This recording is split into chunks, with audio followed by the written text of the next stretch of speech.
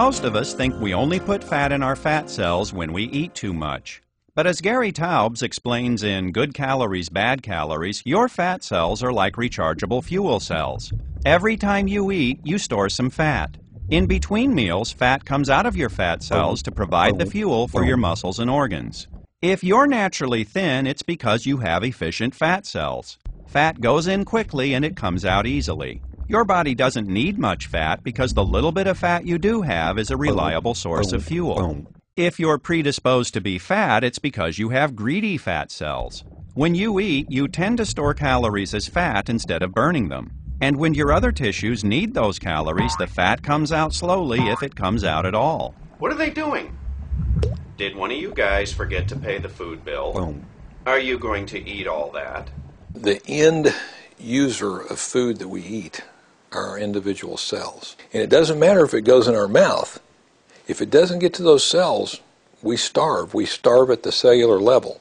And so you do exactly what your body is telling you to do. Come on, eat something. Steak, will ya? You eat more. In other words, you're not getting fat because you're eating more. You're eating more because you're getting fat. Most of us weren't born with greedy fat cells, but we can certainly make them that way. When you eat too many carbohydrates, you raise your blood sugar. Since high blood sugar is toxic, your body releases insulin to bring it down. But your body can only burn a little bit of sugar at a time. So what happens to the rest of it? Your storage sites for carbohydrate are limited, and we've got unlimited storage places for fat. So the body ends up just converting the carbohydrate to fat. And after bringing down your blood sugar, insulin does its other job.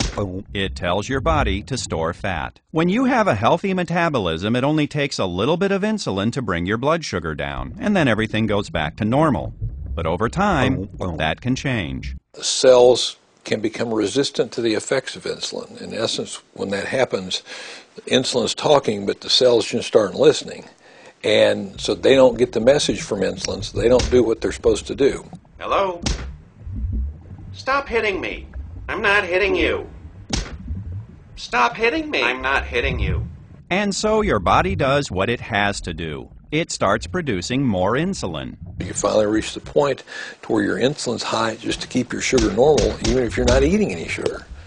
And then when that happens, then it's starting to drive stuff into the fat cell, and then you've reached this point where all of a sudden, bam, you get fat. Fat head, yeah. I'm gonna start thinking smart.